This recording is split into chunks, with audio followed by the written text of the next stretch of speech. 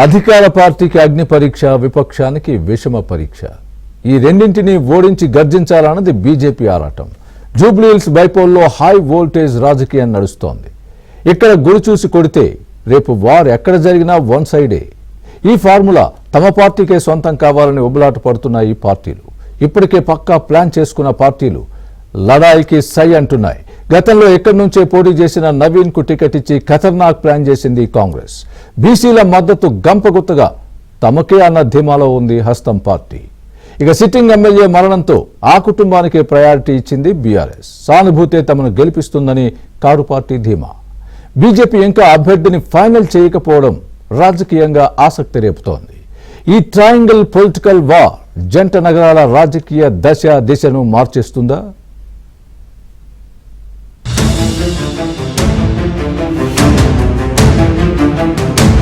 తెలంగాణ రాజకీయాల్లో heat పుట్టిస్తోంది Jubilee Hills by election. Notification విడుదలతోనే నామినేషన్ల ప్రక్రియ షురూ అయింది. అప్పుడే 10 నామినేషన్లు దాఖలయ్యాయి కూడా. మొన్నటిదాకా తెలంగాణ రాజకీయాల్లో స్థానిక సంస్థల్లో బీసీలకు 42% రిజర్వేషన్ల అంశం అగ్గిరాజేసింది. అటు కేబినెట్ తో పాటు అసెంబ్లీ ఏకగ్రీవంగా చేసిన తీర్మానాన్ని ఆమోదించకుండా గవర్నర్ రాష్ట్రపతికి పంపడం అక్కడ పెండింగ్ లో ఉండటంతో బీసీలకు రిజర్వేషన్లు దక్కకుండా బీజేపీ కాలయాపన చేస్తోందని కాంగ్రెస్ పార్టీ కమలంపై రాజకీయ నెపాన్ని నెట్టేసింది. రిజర్వేషన్ల అంశంపై హైకోర్టు 4 వారాలు స్టే విధించడం, ఆ పాటికే జూబ్లీహిల్స్ ఉప ఎన్నిక షెడ్యూల్ విడుదలవడంతో అధికార కాంగ్రెస్ పార్టీ బీసీ నేత నవీన్ యాదవ్ కు టికెట్ కేటాయించి బీజేపీని మరింత డిఫెన్స్ లోకి నెట్టింది.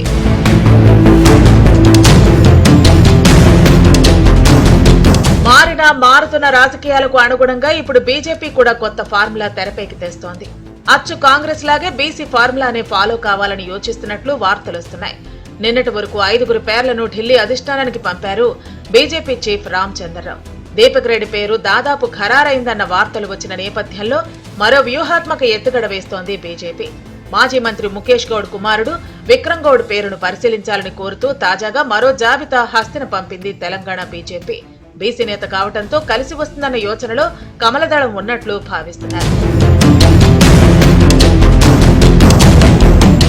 ఇక ఇప్పటికే అభ్యర్థిని ప్రకటించి దూకుడు మీదన్న బీఆర్ఎస్ ప్రచారం జోరుగా చేస్తోంది.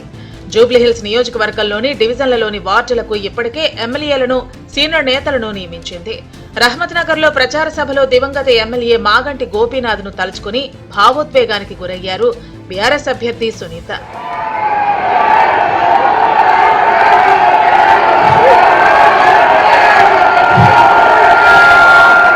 తెలంగాణ అంతా జూబ్లీహిల్స్ ప్రజల వైపు చూస్తున్నారని, ఇక్కడ కాంగ్రెస్ ఓడినంత మాత్రాన రేవంత్ రెడ్డి పదవేం పోదని, కానీ 100 రోజుల్లో 6 గ్యారంటీలు అమలు చేస్తామన్న ముఖ్యమంత్రికి చురుకు తగలాలన్నారు మాజీ మంత్రి హరీష్ రావు.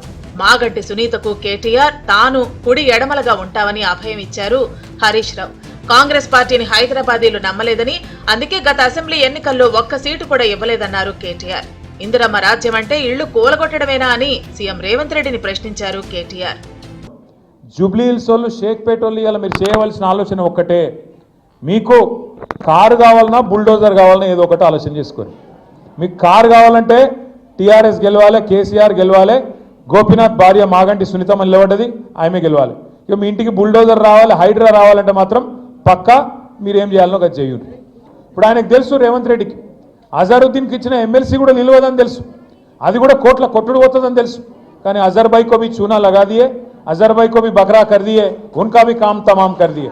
ఆయనను కూడా మోసం చేసిండు. మాగంటి సునీతమ్మ కూడా ఇంటింటికి వస్తుంది, జర ఆడబిడ్డను ఆదరించండి. ఇలా భర్త దూరమై వాళ్ళ పిల్లలు కూడా తిరుగుతూ ఉన్నారు, వాళ్ళ తండ్రి లేక, అందరినీ కడుపులో పెట్టుకొని కాపాడండి. కేసీఆర్ గారిని మళ్ళా మన పార్టీని గెలిపించుకొని ముంగట పోదాం.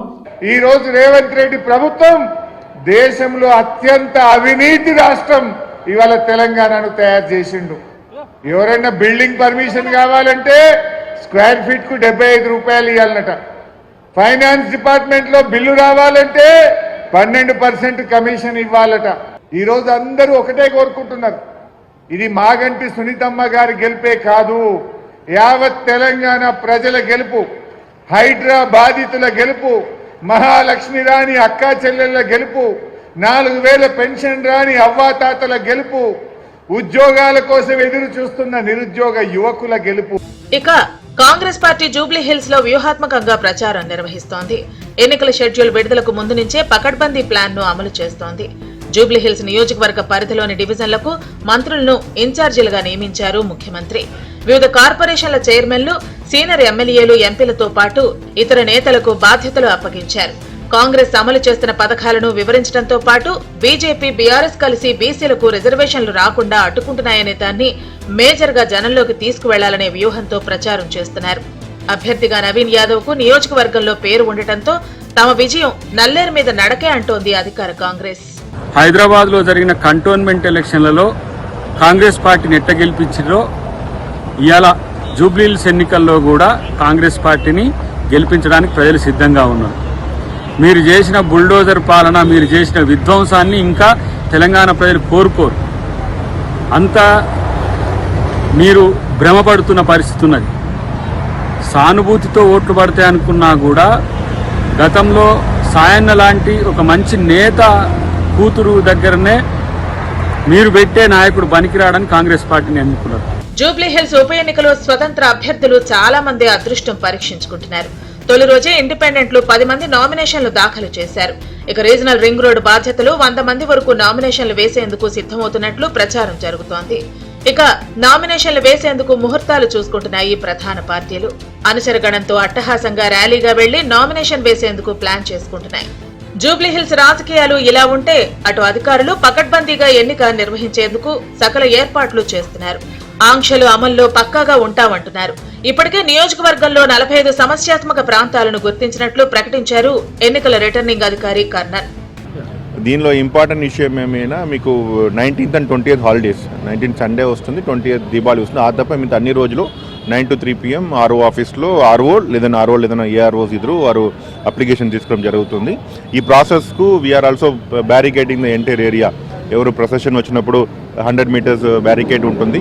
దీంతోపాటు అతి ముఖ్యమైన విషయం ఏమైనా the most important thing election ప్రాసెస్లో నామినేషన్ ఇస్ చాలా ఇంపార్టెంట్. ఎవరెవరు క్యాండిడేట్, ఇండిపెండెంట్ క్యాండిడేట్ ఉండొచ్చు, లేదన్నా రిజిస్టర్డ్ పార్టీ ఉండొచ్చు, రికగ్నైజ్ పార్టీ ఉండొచ్చు. జరుగుతున్నది ఉప ఎన్నికే, అది కూడా ఒకే ఒక్క నియోజకవర్గం జూబ్లీ హిల్స్ లోనే అయినా తెలుగు రాష్ట్రాల ప్రజలు, పార్టీలు ఉత్కంఠగా ఎదురు చూస్తున్నాయి. రేవంత్ పాలనకు రెఫరెండంగా కొందరు, జనం కారు వైపే ఉన్నారని ఇంకొందరు, కమలం దూసుకొస్తుందని మరికొందరు ఎవరికి వారు జోస్యం చెప్తున్నారు. అంతిమంగా ఏ పార్టీని గెలిపిస్తారో డిసైడ్ చేసేది మాత్రం జూబ్లీ హిల్స్ ఓటర్లే. ఫలితం వెలువడే నవంబర్ 11 వరకు ఉత్కంఠగా ఎదురు చూడాల్సిందే.